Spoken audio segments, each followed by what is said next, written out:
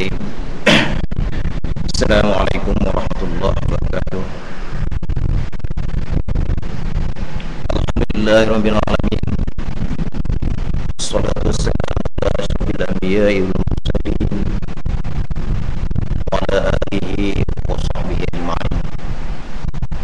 Subhanaka la ilma lana illa ma 'allamtana innaka antal alimul hakim. Qala rabbi shrah li sadri wa yassir li amri wahlul 'uqdatam min lisani yafqahu qawli. Allahumma iftah 'alaina hikmataka wa anshur 'alaina min khaza'in rahmatika ya arhamar rahimin. Qala Allah ta'ala fi kitabihil aziz fi surah at-Taghabun,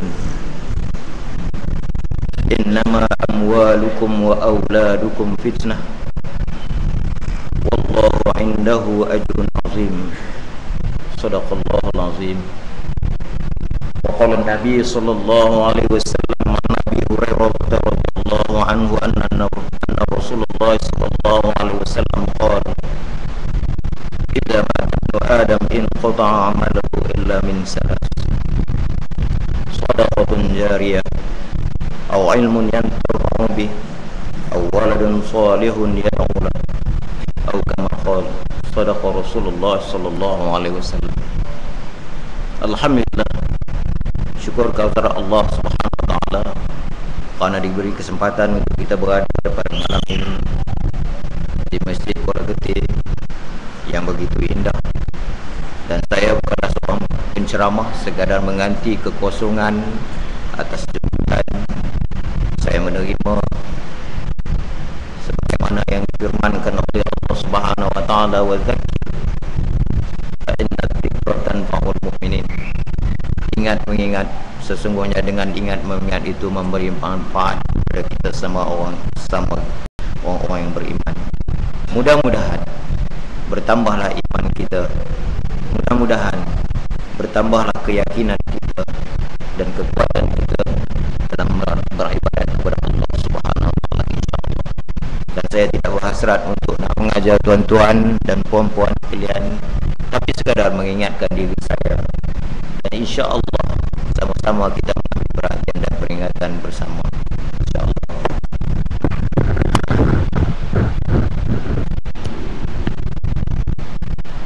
Hadirin hadirat rahimahumullah sekalian, dalam ayat surah At-Taghabun, dalam surah At-Taghabun ayat 15 yang saya baca tadi, Allah berfirman ba'da a'udzu billahi minasyaitonir rajim, innama amwalukum wa auladukum fitnah wallahu indahu ajrun azim. Yang bermaksud, harta dan anak-anak kamu hanyalah menjadi ujian di sisi Allah. Wajarlah menjadi ujian, dan di sisi Allah pahala yang besar. Dan kita sebut di sini dalam kesempatan di sini, dan saya bertugas sebagai seorang pendidik ini pada malam ini, kita nak mengambil kembali ataupun kita nak beralih kembali ke belakang, melihat peranan kita sebagai seorang ibu bapa dalam mendidik anak-anak.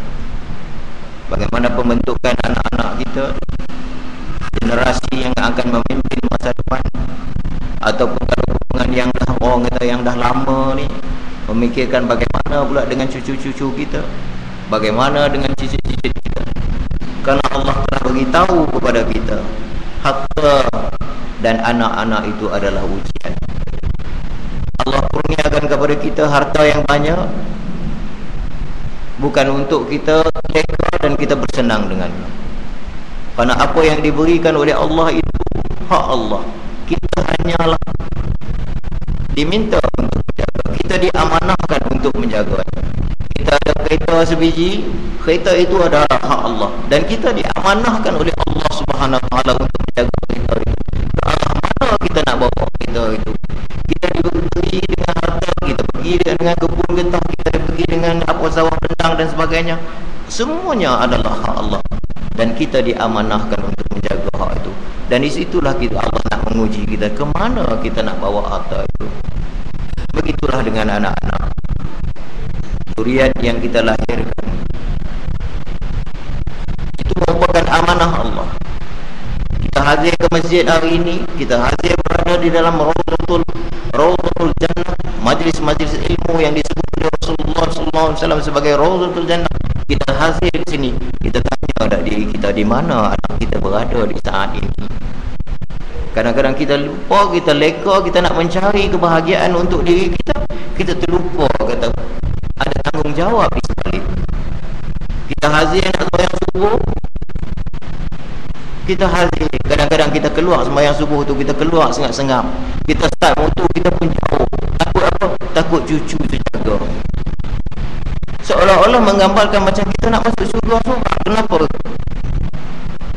Kalau tak cucu terjaga waktu subuh akan adakah satu perkara yang baik. Tapi kenapa kita tak mengelakkan? Kenapa kalau kita bangun pagi-pagi, kalau kita dapat bangun pagi, kenapa kita tak bangunkan seluruh keluarga kita? Inilah peranan kita yang perlu kita mainkan dalam kehidupan kita. Kadang-kadang kita lupa di situ. Kita berada di sini, kita terlupa di mana anak isteri kita. Kita lupa berada di sini, terutama sekali anak-anak yang jauh-jauh. Amwalukum fitnah. Anak-anak itu merupakan yang kita sebut sebagai ujian daripada Allah Subhanahu wa taala. Hadirin hadirat rahimakumullah. Jadi dalam kesempatan ini kita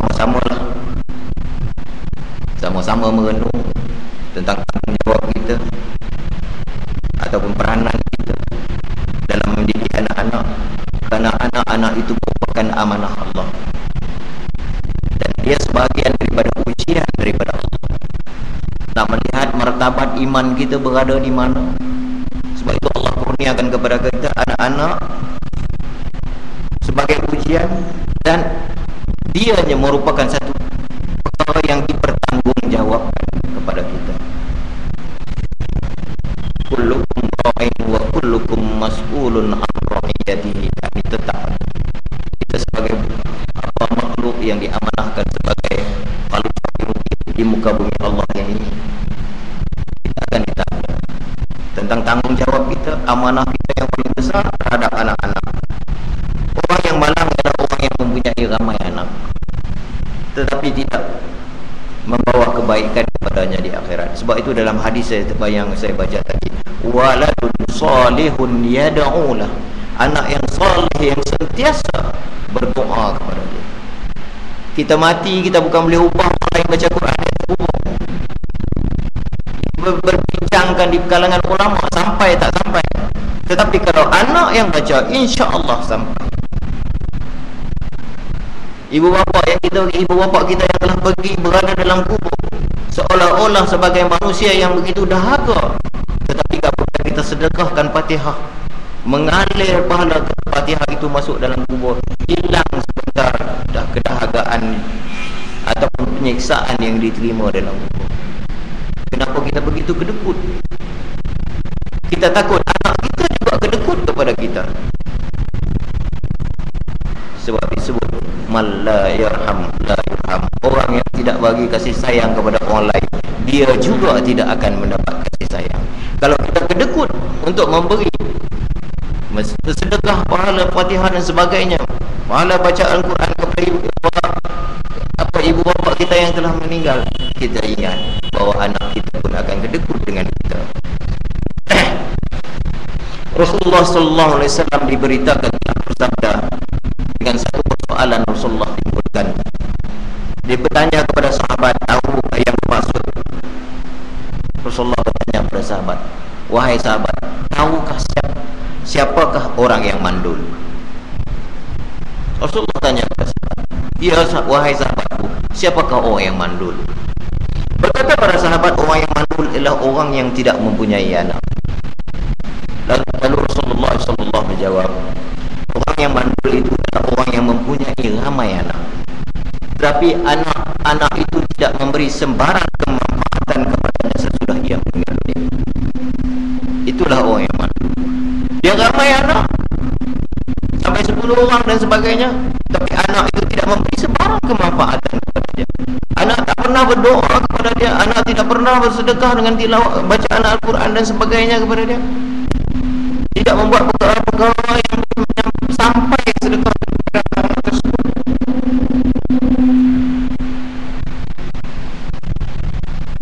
Kadang-kadang ibu bapa terhimpit di dalam arwah ibu bapa terhimpit di dalam kubur tanpa sebarang bantuan daripada anak-anak yang dilahirkan, anak-anak yang dimanjakan. Tuan-tuan, kadang-kadang kita dalam mendidik anak, dalam kita menilai anak-anak, kita perhatikan masyarakat hari ini. Masyarakat menilai anak-anak kalau anak itu berjaya. Hebat anak-anak itu kalau dia balik sekali, dilayan sepenuhnya. Anak-anak yang berada di Korombo dan sebagainya kalau balik, masa hebat sebab dia pendapatannya besar. Setiap bulan dia boleh hantar kepada anak-anak, kepada ibu bapanya di rumah. Ibu bapa bangga dengan anaknya itu. Dia kadang-kadang dia begitu, seolah-olah dia tepikan atau dia pinggir-pinggirkan anak yang ada di rumah. Tuan-tuan, anak yang dia ada di rumah itulah, anak itulah yang nak menjaga kita. Anak itulah yang kita sakit dia berada di rumah. Anak itulah yang kadang-kadang kita buat bila balik anak yang jauh, anak itulah yang kecil hati. Tapi kita lupa hak yang ada di keliling rumah kita, hak yang berumah sebelah rumah kita, hak yang bekerja kampung itu, itulah yang akan memberi pertolongan kepada kita ketika kita susah. Kalau dia bekerja di bandar-bandar besar, kerana dia duduk di tempat yang besar, kadang-kadang nak dapat cuti, bapa sakit nak kena isi borang cuti dan sebagainya, tapi yang sebelah rumah itu. Sebab itulah kita jangan bezakan kasih sayang dengan anak-anak. Kadang-kadang daripada kecil, bila sampai tua ni dia peringkat lain pula. Bila sampai dia peringkat tua ni dia cucu pula. Kalau cucu tu hak yang jauh balik, Allah, ya Allah ya Tuhanku, layan istimewa. Tapi cucu yang sebelah rumah tu pun kadang-kadang macam tu, yang tutup waduk perahu, tutup waduk marah. Kalau cucu balik tu tak ada arah di hati tu, habis kat cucu saja. Masa kahwin tu bukan main, betul lah. Sebab itu kalau buat kad kahwin tu saya dah sebut lah, semoga bahagia ke anak cucu. Saya kata jangan tulis macam tu, semoga bahagia dunia akhirat. Dia sebut kebahagiaan ke anak cucu, sampai tak cucu tak bahagia, dia nak berkelahi. Sebab tu dah kadang-kadang kad kahwin pun kita tengok saya orang nak pegang kahwin pun kad lebih mahal daripada kita nak bagi. Patut padan lah, kita patut padan dalam kehidupan kita, insya-Allah.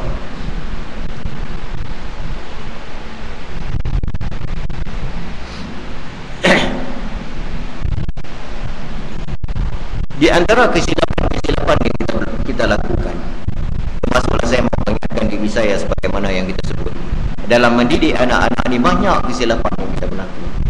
Terutama sekali ketika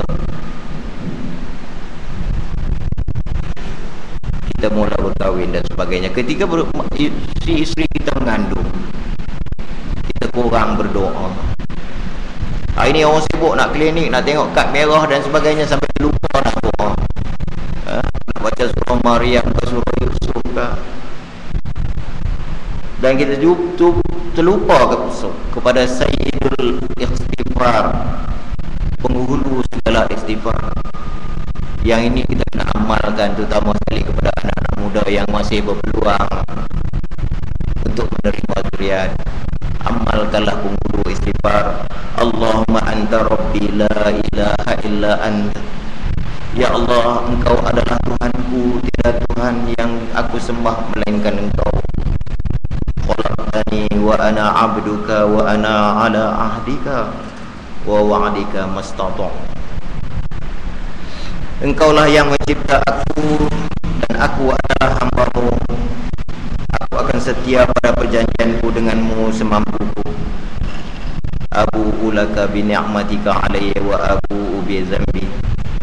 Aku berlindung padamu dari kejelekan yang kubuat.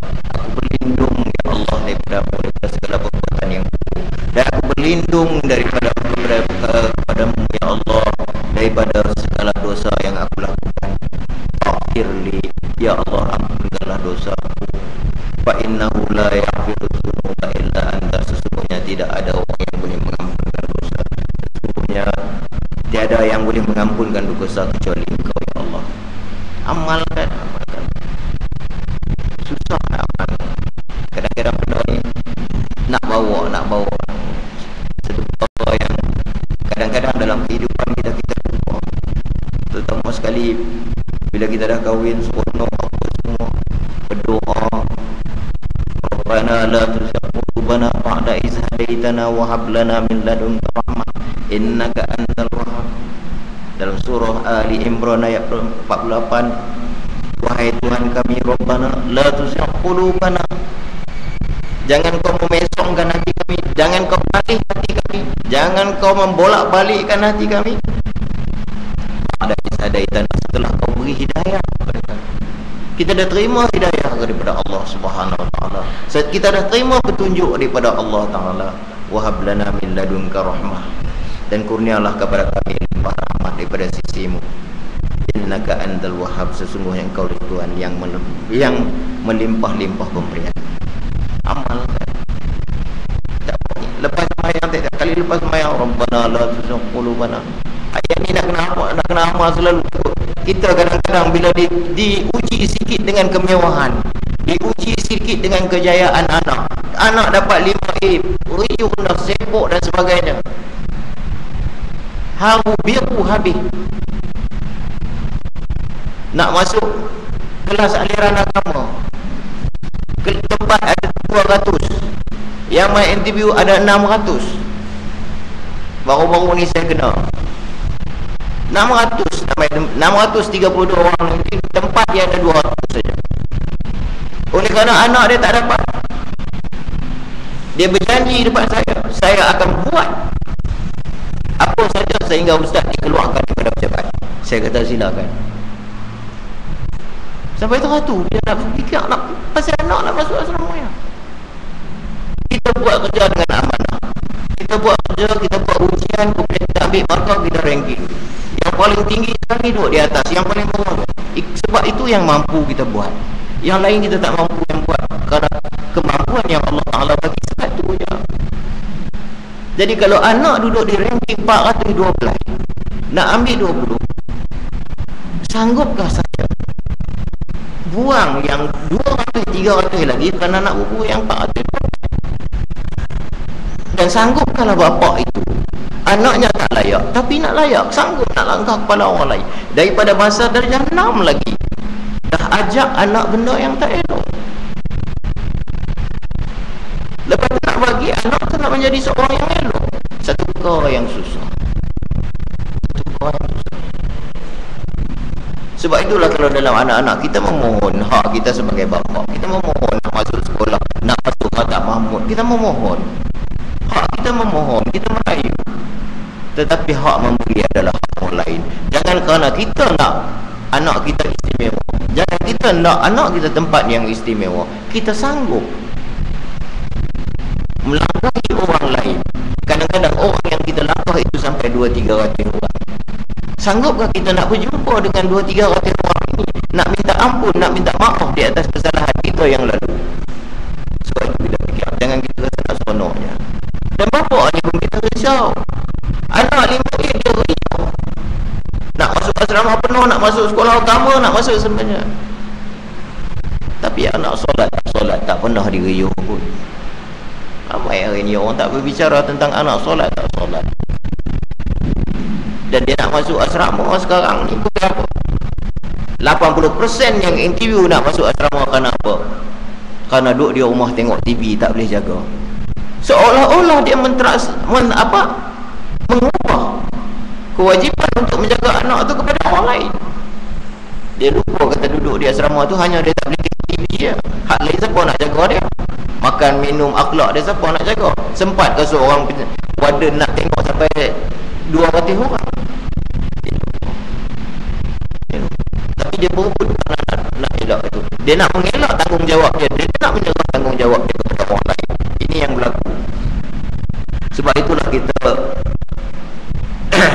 dalam memohon rahmat ini kita juga kena berbanyak berdoa. Rabbana innaka jami'un nasi liyaumin la raiba fihi. Wahai Tuhan kami, sesungguhnya Engkau lah yang akan menghimpunkan segala manusia untuk menerima balasan pada suatu hari yang tidak syak, hari yang la raiba fihi, hari yang tidak ada syak lagi. Memang kita akan, sehingga ada orang nak apa sama pokok jahiliah hari ini pun dah bagi dah, macam dah tetap dah hari bulan kiamat dan sebagainya. Tapi kita orang Islam, hak kita berdoa, ya Allah, Tuhan, bukan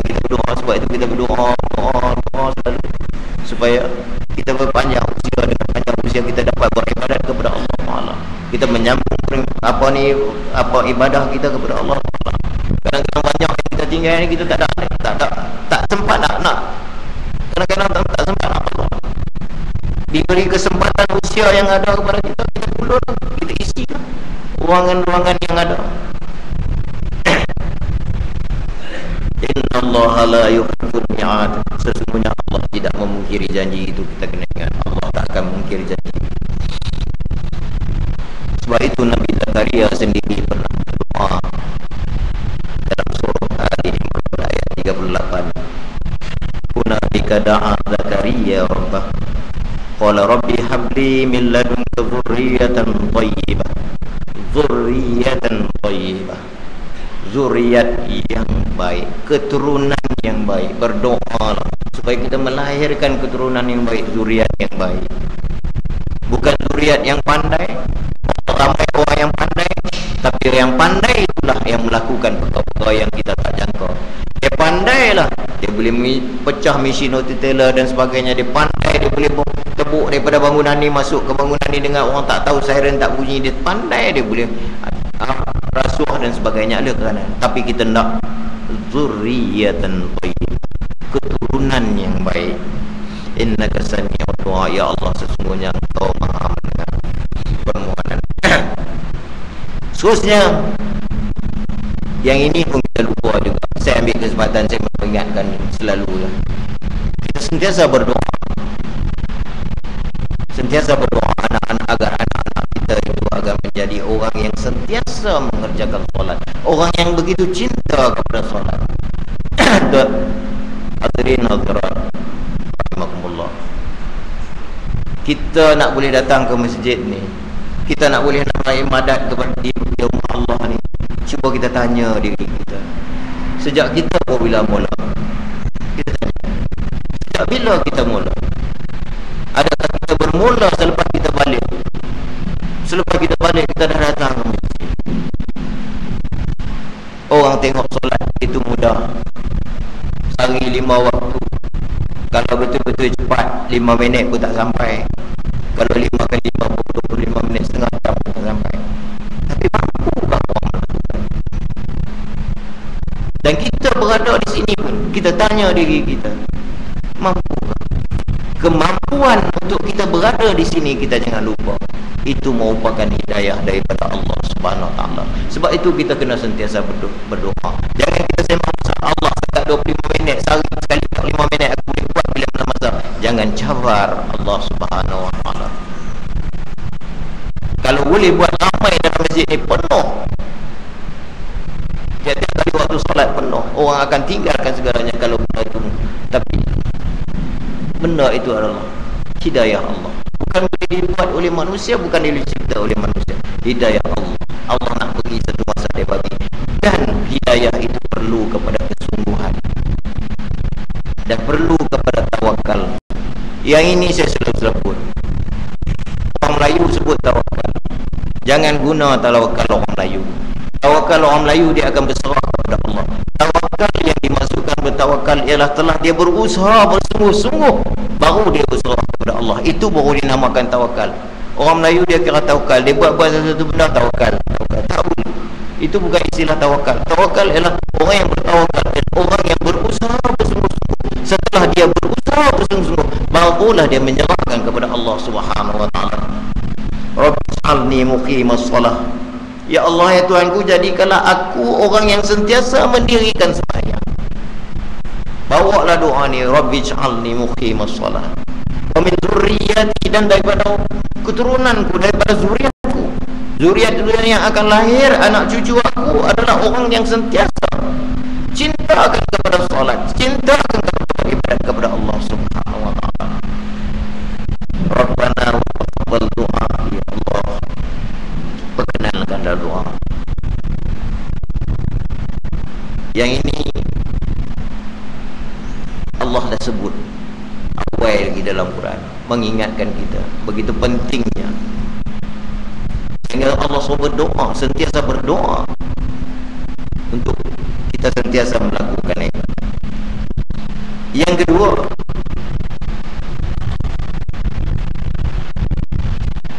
semasa anak membesar kita juga kurang berdoa kepada Allah. Sebagaimana disebut la'ibu sab'an wa addibu sab'an wa sahibu sab'an. Ada setengah meriwayatkan bahawa ini adalah kata-kata Sayyidina Ali karramallahu wajhah. Ada ayat yang panjang tapi yang sekadar itu saya ingat. La'ibu sab'an, dengan anak 7 tahun yang pertama kita bermain dengan dia, kita beri kasih sayang kepada dia. Ini ada kat orang Melayu, ada, semua ada. 7 tahun pertama dia beri. Wa adibu sama'an. Kemudian 7 tahun yang kedua, umur 7 tahun yang 14, kita beri pendidikan, kita ajak kepada dia.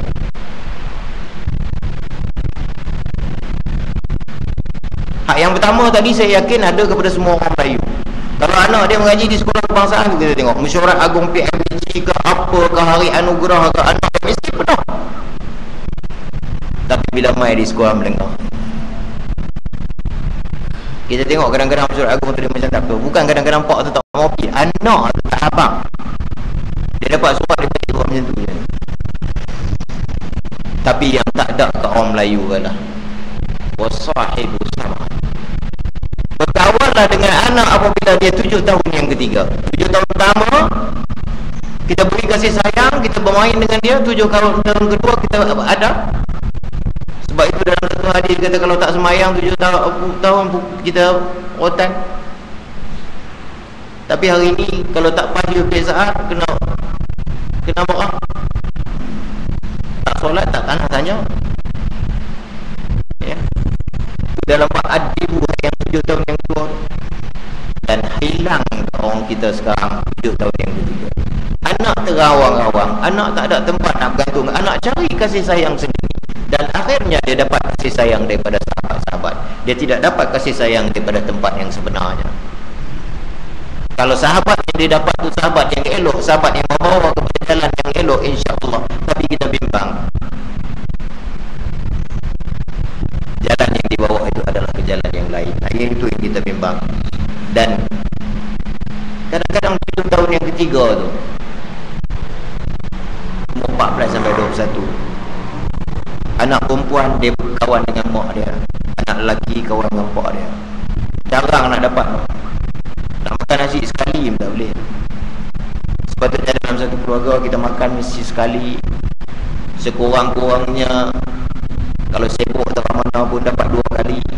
Yang pertama sarapan pagi sekali, tengah hari berapa kali sibuk dengan kerja tak sempat kali, dan makan malam kali. Semua satu keluarga.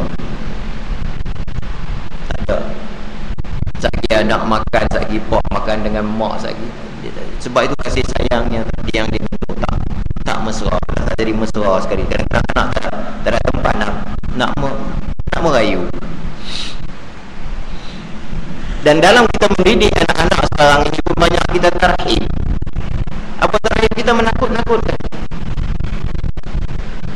Daripada kita tarhib, kita mendidikkan dan motivasi. Ramai hari ini daripada kecil lagi, kalau anak teriak hantu lah apalah, ya? Kita ajak anak takut sampai besar dia jadi penakut, dia tak berani. Kita tengok plastik macam mana anak-anak dengan apa, kadang-kadang kita tengok kita dengan plastik, dengan kayu, ya, dia berani sebab hidup dia macam tu. Tapi anak kita ni hidup dengan, kita kata tak buat takut-takutkan. Pergi sekolah macam tu lah. Kalau pergi sekolah, kalau hak yang jenis-jenis yang ke belakang tu yang kita duk jumpa, kalau sekat kita kata kesalahan, ya Muhammad silap, kita baca dia apa awak buat silap jadi isak ukur dalam tandas apa, saya nak akan denda 3 rotan. Dia tahan dengan kita pelak ya. Saya tanya pasal apa, dia kata ustaz bagi 3 rotan tak heran, pak saya di rumah bagi berlepas nyok. Kita ajak anak macam tu. Sebab tu kita menakutkan anak, kita tak ajak anak bagaimana nak menghormati orang. Dan memang zaman anak-anak dia zaman mencuba, dia nak try, dia nak tengok ustaz dia macam mana. Kadang-kadang dia ajar ustaz dia,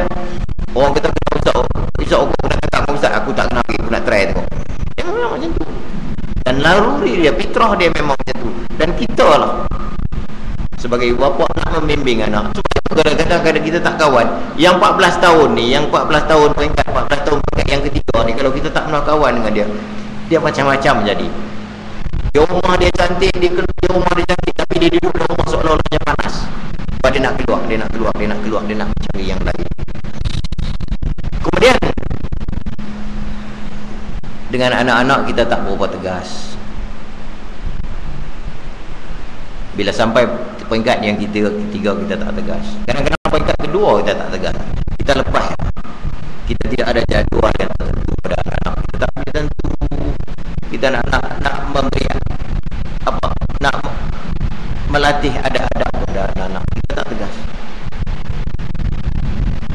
Ini kita tengok kalau macam saya di sekolah. Kalau di pejabat tu bahagian aduan sehari 5-6 kali mesti ada aduan. Dan tiap-tiap minggu saya mesti ada kaunseling untuk anak Melayu. Saya tak pernah lagi kaunseling anak bangsa lain. Yang kebanyakan yang ada semua anak bangsa Melayu yang nak belajar semula. Bila nak belajar semula, kita kena sesi kaunseling. Bila kita tanya pasal apa, jawapannya menjurus kepada masalah di rumah. Masalah di rumah. Tuan-tuan, lihat, kalau di SMKA Baling, UPSR 8A 1E, heran tuan-tuan. Logik kalau budak itu dapat 8A 1E, yang E itu bahasa Arab. Bila kita tanya budak tu pasal apa buat dapat E bahasa Arab, sebab dia tahu kalau E bahasa Arab, dia kata 4 besok tak payah ambil bahasa Arab. Tapi kalau tak payah ambil bahasa Arab, kenapa masuk SMKA? Pak, saya paksa. Kita paksa anak, tapi kita tak beri didikan daripada anak. Tapi kalau kita didik daripada awal, inilah kepentingan bahasa Arab, bahasa syurga dan sebagainya, budak tak jadi macam tu. Tapi bila dia dah besar, dia duduk di asrama, kita harap kepada warden dan kita sendiri tak tengok. Itu yang lahir baru ni 8A 1E. Sempat di sekolah di kawasan saya tu 7A 1B 1E. Tak boleh jawab ke budak tu yang 1E. Bila kita tanya ustaz dia, kita tanya ustazah dia, budak tak boleh. Kalau tak boleh, ustaz tak nak tindakan awal. Dia kata periksa bulanan, ujian bulanan semua elok. Dia sanggup dapat 1E kerana dia naik dari tempat tak kedua ambil besar. Ini kita kena hadapi. Sebab itu kita jangan, walau kita kena tegas dalam mendidik anak-anak, tapi kita jangan memaksa. Sebab kita didik daripada awal, kita dah berminat. Berapa ramai anak sahabat-sahabat kita, ayahanda bonda kita yang berjaya dalam bidang agama, tak paksa pun, tapi dia tunjuk jalan, dia beri satu jalan. Kalau jadi macam ni, dapat jadi macam ni, orang yang macam ni dan sebagainya. Tapi hari ini kita nak, kadang-kadang kita kesian kat budak tu. Kita tanya balik diri kita masa kita zaman sekolah dulu. Habis pukul 12 tu, tengok-tengok orang Kedah kata apa, terbih duduk di dia kata, budak lah tak sempat lah. Habis sekolah lagi tuition, lepas tuition Quran, mengaji Quran, lepas mengaji Quran malam mengaji itu kampung pula, sampai tak ada rehat. Kejam kita. Sampai kita pun tak pergi duduk, semua kita swasta anak kita. Ngaji pagi swasta kat sekolah, lagi tuition swasta kat cikgu tuition, ngaji Quran petang swasta kat guru kafar pula, lepas tu swasta kat guru Quran tajwid malam pula. Habis semua swasta, kita duduk rehat. Sebab itu peringkat yang kedua tak ada. Adibu sama'an. Yang peringkat yang kedua, yang peringkat nak mendidik itu tak ada. Kita lepas kepada orang lain. Yang macam sebut tadi lah, nak lepas masuk asrama sebab nak pergi ke orang. Yang ni yang anak-anak kita ni kadang-kadang dia tak dapat didikan. Kalau dia duduk asrama daripada 12 tahun dia duduk asrama, bila dia cuti raya apa pun dia kira nak pergi rumah kawan-kawan dia. Kawan-kawan mana? Kawan-kawan asrama. Jiran-jiran sebelah dia tak apa nak pandang lah. Kemudian kita fokus anak-anak pada satu aktiviti saja. Apa aktiviti yang atau apa yang kita fokus sekarang? Tanya ibu bapa manapun, banyak fokus kepada peperiksaan awam.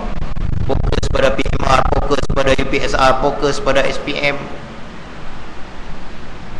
Sampai anak pergi tuition dan sebagainya, kita tak fokus lah. Solat dia di mana, akhlaknya macam mana. Cara pergaulan dia macam mana? Tak ada nak bergaul. Sebab dunia macam tu, semua berlumba-lumba ke arah itu. Semua berlumba-lumba ke arah itu. Dan kadang-kadang kita menegur anak pun kadang-kadang, sebab dia menjadi masalah kepada guru di sekolah. Guru sekolah semua nak mengajar, nak menegur dengan cara yang baik, tapi di rumah tak nak tegur macam tu. Bila kita nak tegur dengan baik, dia tak heran, sebab di rumah dia tak nak terima teguran-teguran macam tu. Di rumah hang bodoh, awak malas. Tentu ada perempuan, muslimin muslimat. Seorang bapa jangan sebut malas, seorang bapa jangan sebut bodoh, seorang bapa jangan sebut jahat kepada anak-anak. Apabila seorang bapa sebut benda-benda itu adalah doa. Itu disebut oleh Allah SWT. Doa jangan sebut. Elakkanlah daripada benda-benda yang sebut. Hak bodoh, hak malas itulah, hak itulah nak belah kita besok. Hak cerdik apa semua dia pergi tinggal, dia duduk jauh, saya sebut dah tadi. Itulah sakit kita, mandi kita, kunci mirak kita pasal kita tak boleh bangun besok. Yang tu lah nak jaga kita. Jangan buang, jangan pinggir, balik hak jauh, sebab balik kereta besar, anak cucu pun kita tinggal dia. Makan nasi tengah hari pun tak panggil dia lah. Yang itulah nak jaga kita besok. Kemudian dalam kita memberi pendidikan itu, kita naklah seimbang dari segi kemampuan dia, dari segi dalaman dia, dari segi kemampuan minda dia. Kadang-kadang kita nak suruh dia berdekat mengaji dengan abang dia berjaya jadi doktor, tapi Tuhan bagi minda dia sekat tu. Tuhan atuk elok dah. Laqad khalaqnal insana fi ahsani taqwim. Sungguhnya kami jadikan manusia dalam sebaik-baik keadaan. Ada yang baik. Kalau cerdik semua susah tuan. Kalau semua orang jadi doktor, siapa nak jadi sakit? Semua orang hebat-hebat semua. Tuhan jadikan manusia tu memang elok dah. Sebab itu kita tak perlu nak menghina orang ni, nak membezakan yang ini. Terutama sekali dalam anak-anak kita. Kemudian kita sentuhan korang. Kalau saya teringat kepada satu hadis yang diriwayatkan oleh Abu Hurairah, Al-Aqra' bin Habis radhiyallahu anhu absara an-nabiy sallallahu alaihi wasallam yataqabbal Hasan faqul inna li 'ashratan min walad maqaltu wahidan minhum. Satu hari Aqra' bin Habis ini pergi ke rumah Rasulullah. Dia pergi ke rumah Rasulullah sallallahu alaihi wasallam. Kemudian dia tengok Rasulullah sallallahu alaihi wasallam sedang memeluk dan mencium Hasan, iaitu cucu baginda Rasulullah sallallahu alaihi wasallam. Aqra' bin Habis balik kepala. Dia kata, "Ya Rasulullah, inna li ashratun walad." Aku dia anak-anak 10. Seorang pun tak nafsu. Apa Rasulullah kata? Man la yarham la yurham. Orang yang tak beri kasih sayang, dia tidak akan diberi kasih sayang. Ingat, kalau kita tak boleh beri kasih sayang kepada anak kita, kalau kita buang pandang anak kita dengan sebelah mata, ingat, besok anak pun akan buat macam tu. Ini hadis Rasulullah SAW, dan hadis ini muttafaqun alaih. Yang tak dipertikaikan, semua bersepakat. Sebab itulah dalam kita mendidik anak-anak, benda-benda yang ini kita terutama sekali dalam kasih sayang. Kasih sayang ini bukan bermaksud kita beri kemewahan. Hari ini ramai orang menggambarkan kasih sayang itu dengan memberi kemewahan. Kita tengok dalam minggu sudah cerita bagaimana seorang pelajar baru umur 16 tahun meninggal sebab ini takdir dari Allah Ta'ala.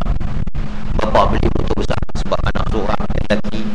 Bapa beli motor besar, try motor besar tu, try tu. Ini pun kita tak mau sebut, kadang-kadang ini memanglah ketentuan Allah. Tapi kita kena fikir, bukan kita beri kasih sayang itu kita beri kemewahan. Kasih sayang itu ialah kita membelai dan kita sentiasa memahati, dan kita sentiasa boleh bertolak ansur dan boleh berbicara dengan anak-anak. Ada setengah ibu bapa tak boleh cakap dengan anak-anak. Anak takut nak bercakap dengan bapa. Dia punya garang, dia hebatnya tu.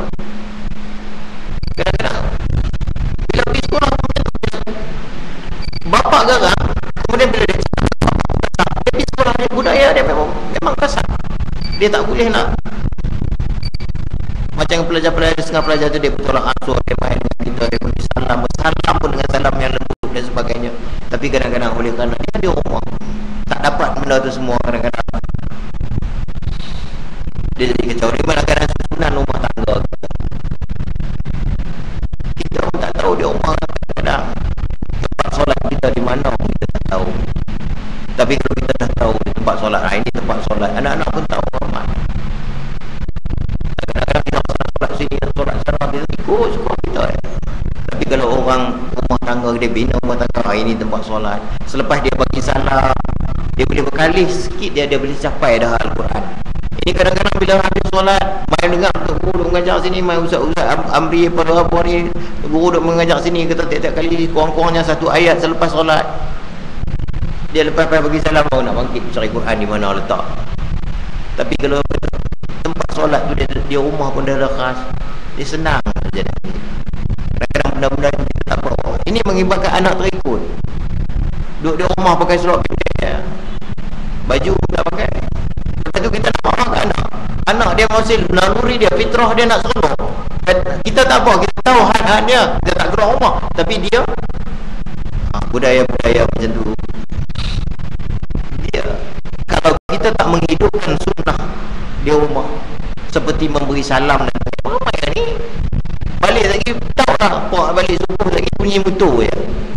Lepas tu tak ada bagi salam. Kalau dalam duduk tunggu orang buka pintu pun nak bagi salam ke apa.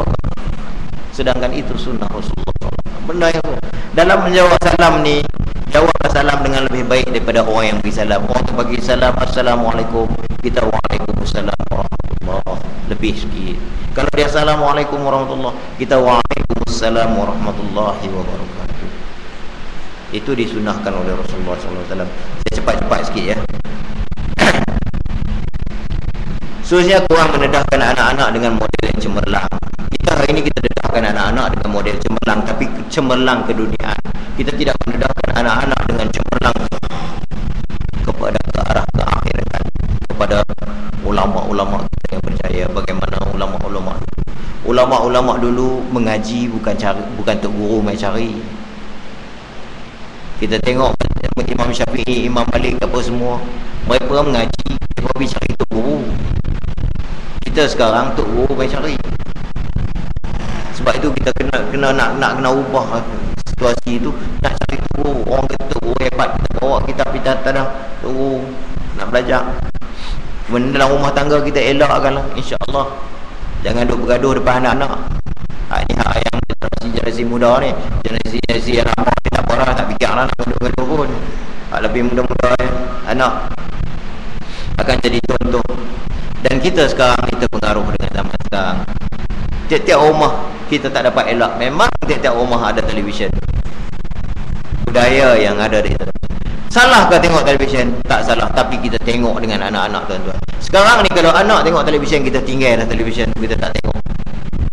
Bila kita tak tengok, dia sendiri yang mentafsirkan apa yang ada dalam televisyen. Tapi kalau kita berada dengan anak-anak, yang ini tak elok, yang ini tak patut buat. Kita masa tu kita pilih sebab itu kita kata wasahibu sab'ah. 7 tahun yang ketiga itu kita berkawan dengan anak kita. Bila kita boleh tengok televisyen sendiri, sama-sama kita tengok TV, kita tengok bola dan sebagainya dengan anak-anak. Bila anak minat bola, kita terpaksa tengok bola. Betul tak? Ini anak minat bola, pak beli kasut bola, semua beli. Bila kita tengok ni sebagai seluar pendek, dia kata cikgu tak bagi seluar tight tu. Ya Allah, seluar pendek boleh bagi, boot 100 lebih boleh bagi, seluar tight dia suruh cikgu beli. Ya, saya harap mana guru-guru gambar yang bila pergi di sekolah arus perdana ni, memang kadang-kadang dia kena jadi juru di bola dan sebagainya. Saya beritahu mereka, kalau budak tu nak main bola, suruh dia pakai tight dalam apa semua, seluar hitam, tight semua. Kemudian waktu solat, dia kena berhenti solat. Kalau dia tak berhenti solat, jangan pilih dia, walaupun dia terbaik di sekolah. Jadi budak tu dengan automatiknya, walaupun pada peringkat pertama kita seolah-olah macam paksa, tapi oleh lama-kelamaan dia akan jadi satu budaya, dia akan menjadi satu amalan. Dan akhir sekali dia main jadi tua macam kita, dia akan menjadi penghayatan. Tapi kita daripada awal-awal lagi nak jadi suruh budak tu buat penghayatan. Sebab tu saya kata awal-awal tadi kita tanya diri kita solat umur berapa? kita latihan yang berterusan, barulah memungkinkan melahirkan anak-anak yang soleh dan solehah. Dan kita kena ingat bahawa kita ada perjanjian dengan Allah Subhanahu wa taala. Anak itu yang saya sebut dengan tadi, amanah yang diberikan kepada kita, yang diamanahkan oleh Allah kepada kita untuk kita jaga, dan kita tunaikanlah amanah itu. Janji kita dengan Allah Subhanahu wa taala, janji kita bila diberi anak, maka kita dah berjanji, alastu bi rabbikum qalu bala syahidna. Kamu percaya tak kepada Tuhan? Semua mengaku. Sebelum kita dilahirkan di dunia ini, kita telah berbuat perjanjian dengan Allah Subhanahu wa taala. Tuhan tanya, alastu bi rabbikum, percaya dengan Tuhan? Kita kata qalu bala syahidna. Sebab kita kena ingat hadis Rasulullah sallallahu alaihi wasallam, kullukum ra'in wa kullukum mas'ulun an ra'iyatihi. Dan kita diberi tanggungjawab, dan setiap kita akan dipersoalkan dengan tanggungjawab. Al-imamu ra'in, begitu juga imam. Bukan imam saja, sebagai ketua, sebagai pemerintah. Wa mas'ulun an ra'iyatihi, dia juga akan ditanya dengan rakyat yang diperintah, kemana bawa? Ada dia bawa kepada marzatillah atau sebaliknya? Sebab itu kita hidup dalam dunia, kita bukan nak cari kekayaan, kita bukan nak cari kesenangan, kita bukan nak cari kemewahan. Kekayaan, kesenangan, kemewahan akan datang apabila kita mencari marzatillah. Kita mencari keridhaan Allah, benda itu akan datang. Tak payah kita susah-susah. Wa rajulun ra'in fi ahli baitihi, dan sebagai seorang lelaki kita yang ada di depan ni, kita akan sekurang-kurangnya tentang ahli keluarga kita, ahli rumah kita. Adakah kita dah selesai amanah kita dengan ahli rumah kita? Wal mar'atu ra'iyatun fi baiti zawjiha, dan seorang perempuan dia akan dipertanggungjawabkan dengan apa yang ada dalam rumah suaminya. Wa mas'ulun an ra'iyatiha, dan dia akan ditanya, dia akan dipersoalkan dengan apa yang ditanggungjawabkan. Wal qadam, dan seorang qadam, seorang yang bekerja, ra'in fi mali sayyidahu, dia juga akan ditanya tentang tanggungjawabnya dengan harta tuannya. Bukan bermaksud kalau kita kerja dengan orang, kita boleh buat sambil lewa, hak ni bukan hak aku.